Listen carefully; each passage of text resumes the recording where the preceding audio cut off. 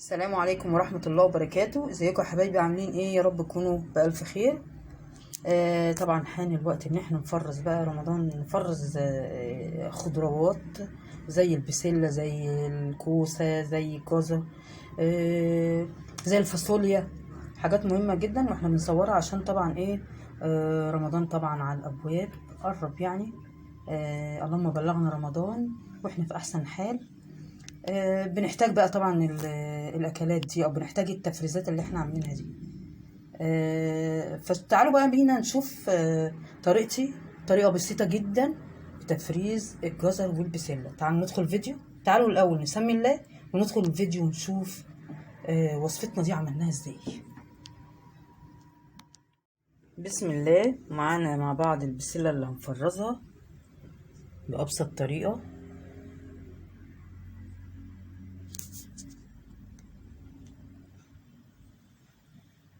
زي ما انتم شايفين كده حبايبي، اهي البسله معانا. بقى هنبتدي بقى نفصص البسله. طبعا زي ما قلت لكم ده موسم البسله، انا كنت طبعا مفصصه حبه قبل التصوير. ده موسم البسله، واللي عايز بقى يفرز بسله يفرزها من دلوقتي، لان ده الموسم بتاعها. تمام، تبقى جميله. وبص عامله ازاي يعني كده، ما شاء الله يعني.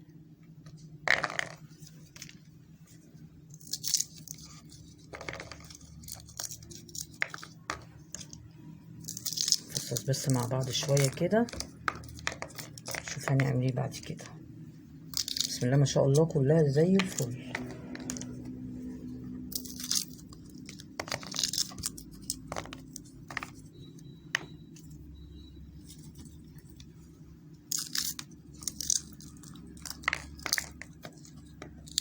بسم الله ما شاء الله. طبعا احنا رمضان كل سنة طيبين قرب. انا بنحاول بقى ايه يعني نفرز شوية حاجات كده زي الفاصوليا، البسلة، الكرنب.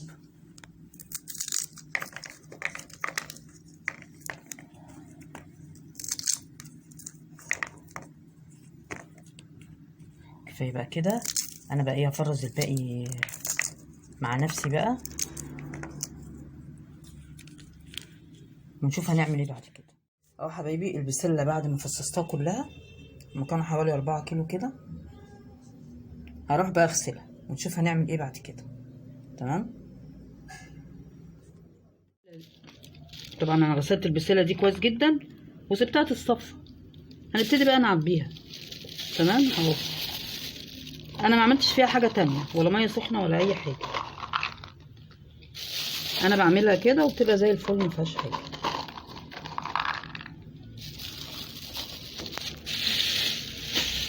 انا هحطهم في الايه الاربع اكياس دي.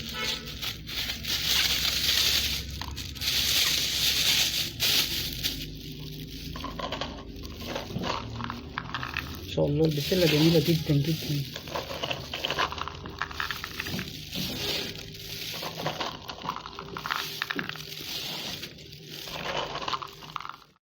اهو حبايبي احنا معانا دلوقتي جزر وعايزين نفرزه، عشان طبعا احنا عاملين بسله ولازم نعمل كمان تفريز للجزر.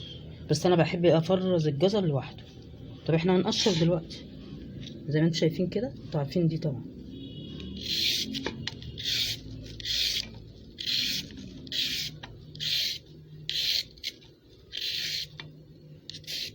في الاخر بص بعمل كده بقى، بشيل الحته دي والحته الصغيره اللي تحت دي.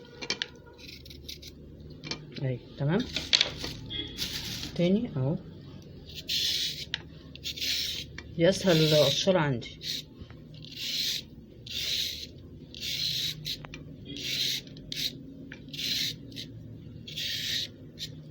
تمام اهو كده اهو. كمان واحده معاكم اهي زي ما انتم شايفين كده.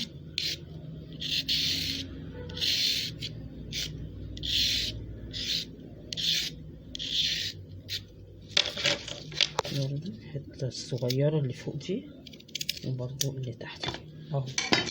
كمان واحده.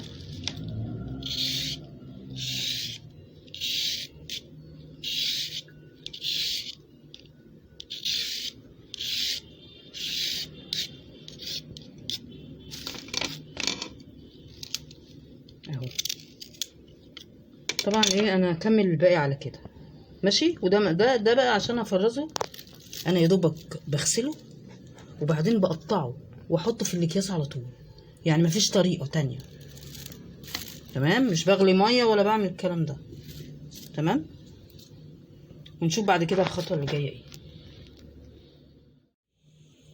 انا بقى ايه، طبعا الجزر زي ما انتم شايفين كده انا تقريبا نشفته بعد غسيله، وبعدين دلوقتي ايه انا بقطعه كده، بقطعه كله كده الاول، وبعدين ابتدي بقى اقطع ايه صغير كده.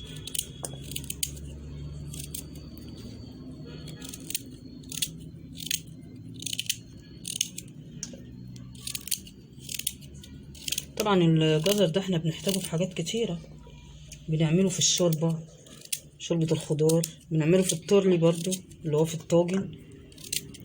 بنحتاجه وصفات كتيره قوي للجزر، واهمها بقى صراحه شوربه الخضار.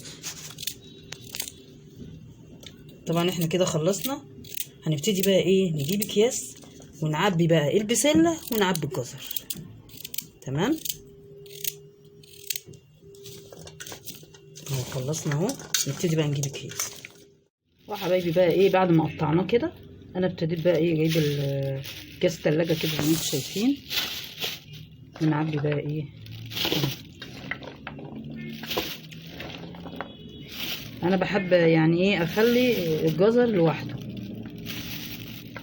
بستخدمه بقى في عصير برتقال بالجزر، يعني بنحتاج برضو حكايه زي كده. زي ما قلت لكم استخداماته كتيره ما شاء الله بجد. بس انا بصراحه يعني انا بخزن منه قليل، لان هو بيبقى ايه موجود طول السنه، بس الايام دي بقى احلى ايام دي، لان ده ايه الموسم بتاعه. تمام، بس الجزر بالذات عشان ما بيقعدش كتير، ما بقعدوش كتير في التلاجة. تمام، وهي دي بقى يا حبايبي طريقتي في تفريز البسلة والجزر. جربوها بقى بطريقتي اذا عجبتكم، ما تنسونيش بقى في اللايك والاشتراك وتفعيل الجرس عشان يوصلكوا كل جديد. السلام عليكم.